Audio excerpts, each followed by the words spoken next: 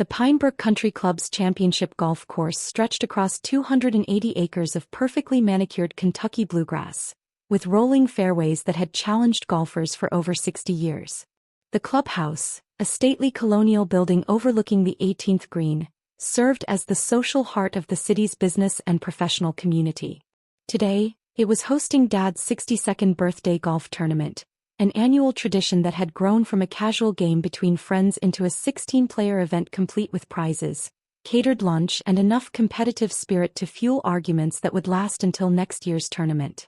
I stood on the first tee at 9:30 a.m., watching the final foursome prepare for their round.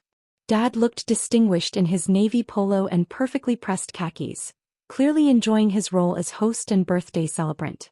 At 62 he still had a decent swing and the kind of confidence that came from 40 years of membership at Pinebrook. "Rebecca," he called out as he spotted me near the pro shop. "I didn't expect to see you here this early. Wouldn't miss your birthday tournament, Dad." He walked over with obvious pleasure, golf club in hand, and that particular smile he wore during his favorite activities. "This is going to be a great day," he said, gesturing toward the course. "Perfect weather, the greens are in excellent condition, and we've got a fantastic group of guys signed up." The guys were Dad's usual golf partners, successful men from various professions who shared his love of the game and his appreciation for Pinebrook's amenities. Doctors, lawyers, business owners, and retired executives who'd built their social lives around Saturday morning foursomes and 19th-hole conversations about everything from stock portfolios to grandchildren. "Are you planning to watch from the clubhouse?" Dad asked. "I thought I might walk along with some of the groups if that's okay." "Of course. Though you might get bored, we take our golf pretty seriously around here." He chuckled. "Not like those public courses where anyone can just show up and play." Before I could respond, his regular foursome approached: Bill Morrison from the law firm Dr. James Patterson, and Tom Rodriguez, who owned a chain of auto dealerships. "Gentlemen," Dad announced, "you remember my daughter Rebecca."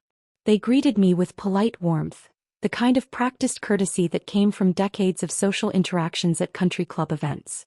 "Rebecca," Bill said, "your father's been telling us about what is it you do again?" "I work in hospitality management," I said simply. "Hospitality management," Dr. Patterson repeated thoughtfully. "That's a growing field, isn't it?" "It has its opportunities." Dad's expression shifted slightly, taking on that particular look I'd learned to recognize over the years, the one he got when conversations threatened to venture into topics that made him uncomfortable. "Rebecca works for hotels," he explained quickly. "Some kind of operations consulting thing." "Interesting," Tom said. "The hotel industry must be challenging these days with all the online booking platforms and competition." "There are definitely challenges," I agreed. "Well," Dad said with forced cheer, "we should probably get started. These birthday tournaments don't play themselves." As the group moved toward the first tee, I heard Dad continue the conversation in what he probably thought was a quiet voice. "Rebecca's still figuring out her career path," he was saying. "Hospitality work doesn't really offer the kind of stability or income potential of traditional professions." "She seems like a bright young woman," Dr. Patterson offered diplomatically. "Oh, she is. Very bright. But sometimes intelligence doesn't translate into practical success, if you know what I mean." I followed at a distance as they teed off, listening to the comfortable banter of men who'd played together for years. The conversation flowed easily between golf technique, business dealings, and family updates, the kind of relaxed social interaction that made country club membership valuable beyond just access to the golf course. By the sixth hole, more groups had joined the conversation as players waited for slower foursomes ahead. Dad was in his element, holding court with stories and commentary that kept everyone entertained. "The thing about Pinebrook," he was saying to a group of 8 men gathered around the tee box, "is that it maintains standards. Not everyone can afford to belong here, and that's exactly the point." Murmurs of agreement rippled through the group. "Exclusivity matters," Bill added. "When you're paying significant membership fees, you want to know you're associating with people who understand quality and can appreciate what a place like this represents." "Exactly," Dad continued, warming to his theme. "Take my daughter Rebecca for example. Sweet girl, but she could never afford membership at a club like this. She works in hotels, operations management stuff. Entry-level hospitality work." The group nodded understandingly, clearly familiar with the economic realities of country club membership. "How much does membership run these days?" asked Mike Chin, one of the newer members. "Initiation fee is $75,000, plus annual dues of $18,000, Tom answered. "Not exactly pocket change." "Worth every penny though," Dr. Patterson added. "The golf course, the dining facilities, the networking opportunities, you can't put a price on belonging to an institution like this." Dad nodded approvingly. "That's why I've been a member for over 20 years. Pinebrook represents achievement, success, the kind of lifestyle that comes from building something meaningful with your career." He glanced toward where I was standing near the cart path, clearly including me in his narrative. "Some people understand that level of commitment," he continued, "and others just don't. Rebecca's a good kid, but she's never really grasped what it takes to achieve this kind of lifestyle." "The hospitality industry can be tough," Mike offered charitably. "It's not really about the industry," Dad replied. "It's about ambition, financial planning, understanding what success actually looks like. Rebecca drives a 10-year-old Honda and lives in a small apartment downtown. She's never going to be the kind of person who could afford to belong somewhere like Pinebrook." The conversation continued as the group moved through their round, with Dad using my apparent lack of country club membership potential as an example of how not everyone was cut out for the lifestyle that Pinebrook represented. By the 12th hole, his commentary had evolved into a more direct assessment. "The truth is," he was telling a larger group that had gathered during another course delay, "my daughter is a loser. I hate to say it about my own child, but sometimes you have to face reality." The word loser carried across the fairway with unmistakable clarity. "She can't even afford membership here," he continued. 29 years old, and she's never built anything substantial, never achieved anything that would qualify her for the kind of community we have at Pinebrook." Several men looked uncomfortable with the harsh assessment, but nobody contradicted him. "Sometimes as parents," Dad said with the authority of someone delivering wisdom, "you have to accept that one of your children just isn't going to achieve the same level of success as their peers." That's when I decided I'd heard enough. I walked calmly toward the clubhouse, past the groups of golfers who were finishing their front nine and heading for lunch. The colonial building looked magnificent in the late morning sunlight, its white columns and brick facade representing exactly the kind of institutional elegance that had made Pinebrook a symbol of achievement for over 6 decades. Inside, I found James Mitchell, the club's general manager, reviewing lunch preparations in his office.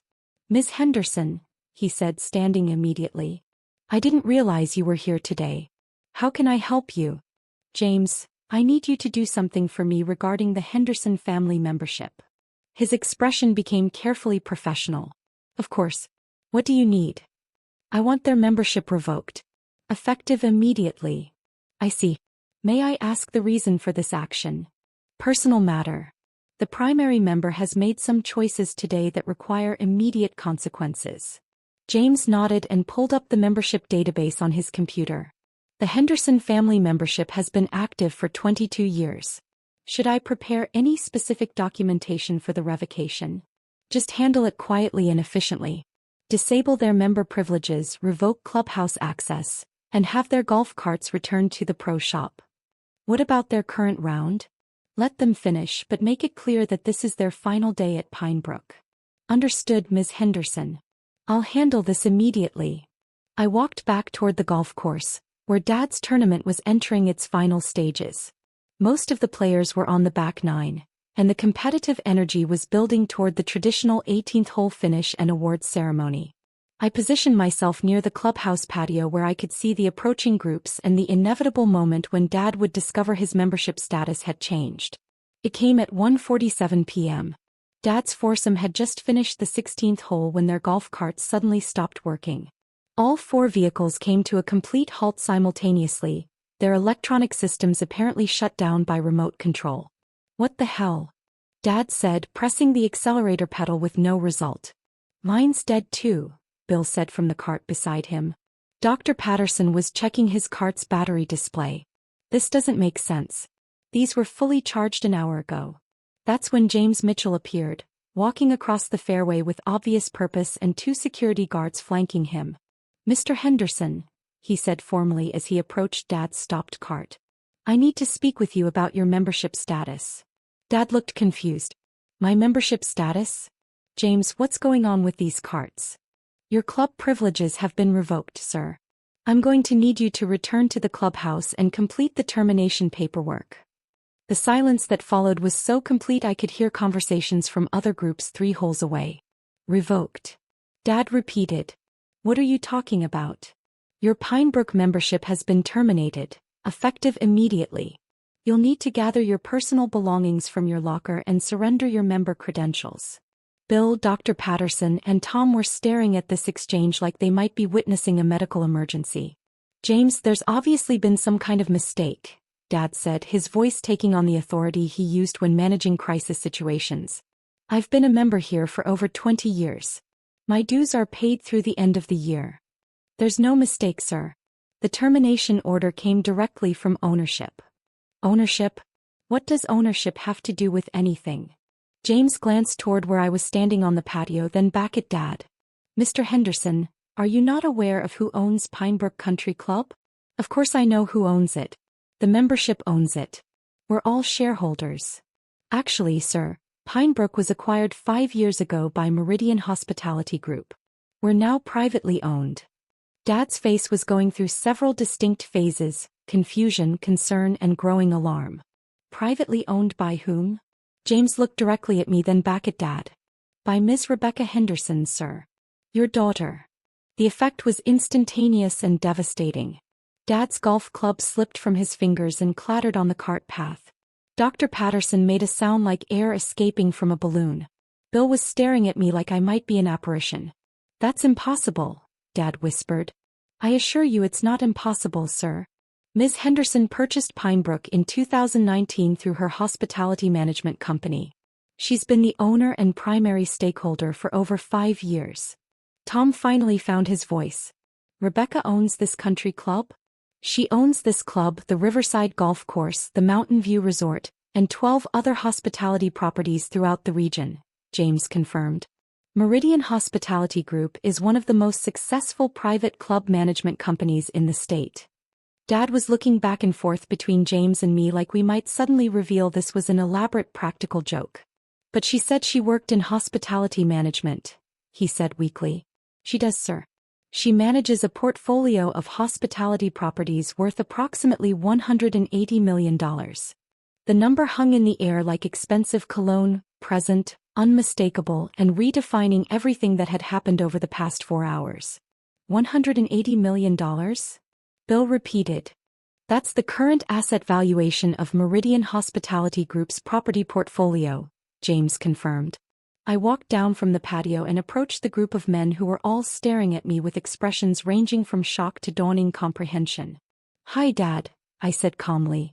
How's your birthday tournament going? He stared at me for several long moments before finding his voice.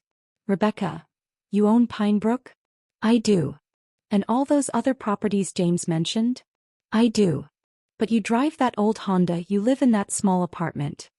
I drive a reliable car and live in a downtown condo that's convenient to my office.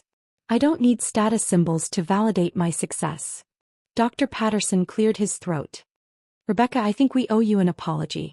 We had no idea about your accomplishments. You had the idea my father gave you. Which brings us to why we're having this conversation. I looked directly at Dad, who was still gripping his golf cart steering wheel like it might provide stability in a suddenly unstable world. For the past 4 hours, you've been telling your friends that I'm a loser who could never afford membership here. You've explained to anyone who'd listen that I'm not successful enough to belong to a community like Pinebrook.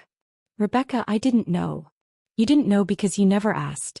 Every time I tried to tell you about a successful property acquisition or a major renovation project, you'd change the subject or explain why hospitality work wasn't a real career. But if you owned this place, why didn't you just tell me? Because I wanted you to be proud of me for who I am, not for what I own. I wanted you to value my achievements because they mattered to me, not because they impressed your golf buddies. The silence stretched uncomfortably as Dad processed the complete reversal of everything he thought he knew about his daughter's life. So when you revoked my membership, he said slowly, I revoked it because you publicly called me a loser at the country club I own, in front of members whose fees pay my mortgage, while playing a game on greens I personally designed during the 2020 renovation. Tom was frantically Googling on his phone. Meridian Hospitality Group. Rebecca Henderson, founder and CEO. Rising star in private club management. There's a whole Forbes profile about you, Bill added, staring at his phone. The article was about innovative approaches to country club modernization while maintaining traditional values. Dad finally released his grip on the steering wheel. Rebecca, I feel sick. You feel embarrassed. There's a difference. How can you forgive me for what I said today? Because you said it out of disappointment, not malice. You were frustrated that your daughter didn't fit your definition of success, so you used me as an example of failure without understanding what I'd actually built. I pulled an envelope from my golf bag and handed it to him. What's this? Your birthday present. Ownership transfer documents for the lake cabin in Tennessee that you and Mom have been talking about for 15 years. He opened the envelope with shaking hands and stared at the property deed. Rebecca, this must have cost a fortune. It's paid for, fully renovated and legally transferred to you and Mom. No strings attached. But after everything I said today, Dad, you're my father. I don't love you conditionally based on whether you understand my career success. I love you because you taught me to work hard and build something meaningful, even when you couldn't see that I'd actually done it. Dr. Patterson stepped forward. Rebecca, on behalf of the group, I want to apologize for our assumptions today. You don't need to apologize. You responded to the information you were given. But we should have asked better questions. Now you know to ask better questions. That's how people learn. James Mitchell cleared his throat diplomatically. Miss Henderson, what would you like me to do about the membership situation? I looked at Dad, who was staring at the property deed like it might disappear if he blinked. Reinstate the Henderson family membership, I said, with a notation that the primary member has completed sensitivity training regarding assumptions about other people's success. Sensitivity training? Dad asked weakly. You're going to spend next Saturday helping in the pro shop, learning about club operations from the ground up. Sometimes the best way to understand success is to see how much work goes into maintaining it. You want me to work in the pro shop? I want you to understand that this place you value so much exists because people work hard to maintain it, including your daughter. As the afternoon continued and Dad's tournament concluded with a very different energy than anyone had expected, I realized that the real victory wasn't proving my ownership of Pinebrook or demonstrating my business success. It was finally having the chance to share my actual achievements with a father who could see me clearly, not as the daughter who didn't measure up to country club standards, but as the person who'd set those standards while he wasn't paying attention.